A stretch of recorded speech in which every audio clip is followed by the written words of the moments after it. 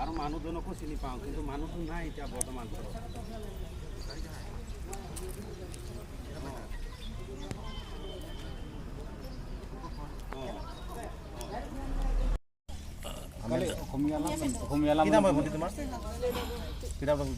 কোনটো গাঁৱত হয় তোমাৰ গিৰেকৰ নামটো কি আছিলে কেতিয়া এৰেষ্ট কৰিছে তাক কালি ৰাতি কেইটা সময়ত কৰিছে 3 বাজিমান আপোনালোকৰ বিয়া হোৱা কেইবছৰ হ'ল ল'ৰা ছোৱালী কেইটা আছে চাৰিটা হ'ব ঠিক আছে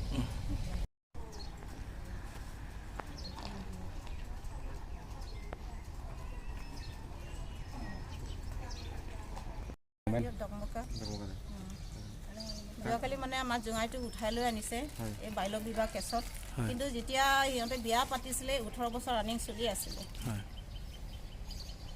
তথাপিও মানে উঠাই লৈ আনিলে এতিয়া জেলতে আছে জোঙাই কোন গাঁৱৰ পৰা উঠাই আনিছে দেনগাঁও ছোৱালীজনী ঘৰ হৈছে মানে বেকুলা গাঁও আৰু ল'ৰাটোৰ ঘৰ হৈছে দেনগাঁও 200 তেৰাং গাঁও ল'ৰাটোৰ নাম চুকুৰ সিং তেৰাং বিয়া পাতোতে কিমান বয়স হৈছিল বিয়া পাতোতে 18 বছৰ ৰানিং চলিছিলে ল'ৰাটো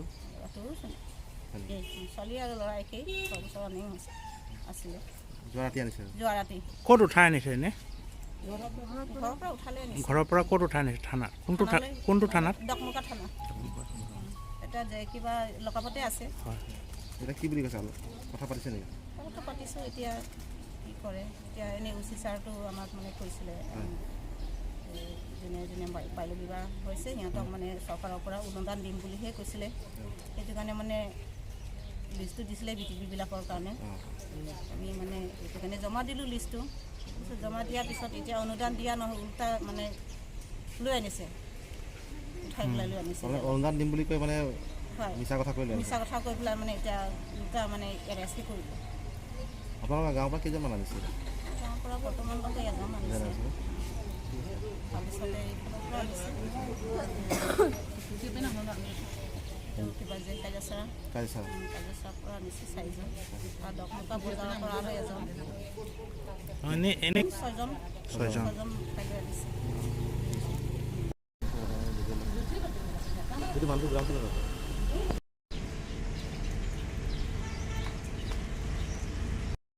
बोलिए आप कहाँ से कौन गांव से है किसको लेके आया है बोलिए कैसा बसा टिप क्या कर কি নাম হলো অলপ জোৰকৈ ক'ব গোলাপ চাঁদ বিয়া পাতা কিয় নচলে 1 বছৰ কেতিয়া ভাবিছে এই ৰাতি হোৱাৰ পৰা কেইটা কিহৰ কাৰণে ধৰিছে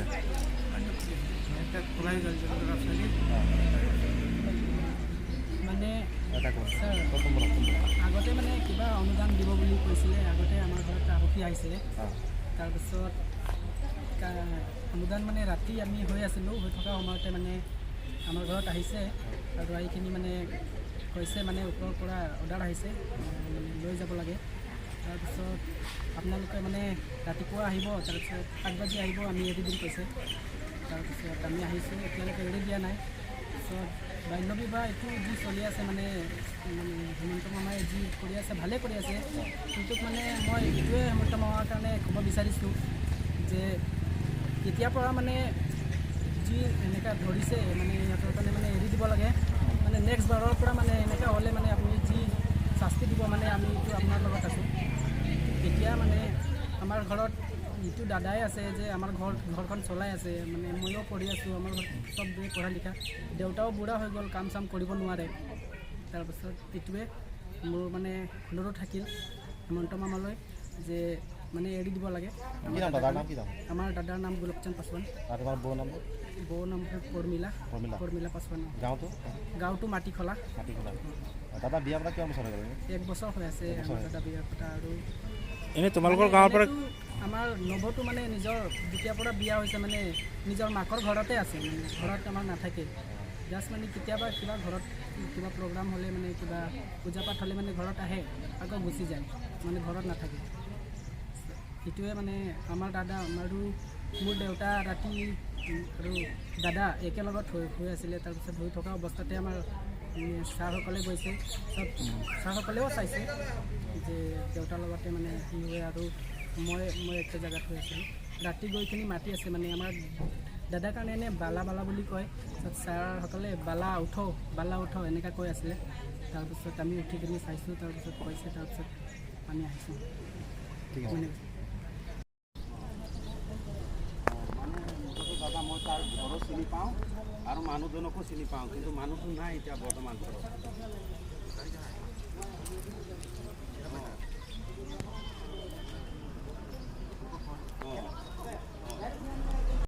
মানে কালি ৰাতি ছাৰে ফোন কৰিছিলে, পিছত আজি ৰাতিপুৱা আকৌ ফোন কৰিছে, তাক মাতিছে মানে ইয়াত আহিবলৈ।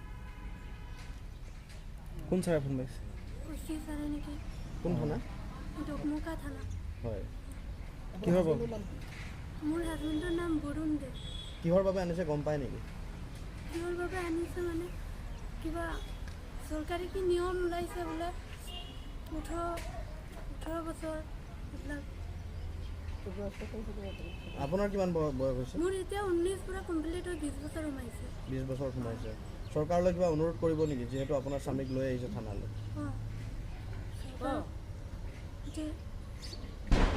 চৰকাৰৰ পৰা চৰকাৰক অনুৰোধ কৰিছোঁ যে এৰি দিবলৈ। আপুনি কুলত কেঁচুৱা কিমান বয়স আছে? মোৰ কেঁচুৱাটো 3 মাহ হৈছে 5 তাৰিখে। আৰু যদি মোৰ হাজবেণ্ডক ইয়াত ৰাখি দিয়ে তেন্তে চৰকাৰে কি মোৰ পুৰা দায়িত্ব ল'ব নেকি? মোৰ কেঁচুৱা কোনে চাব?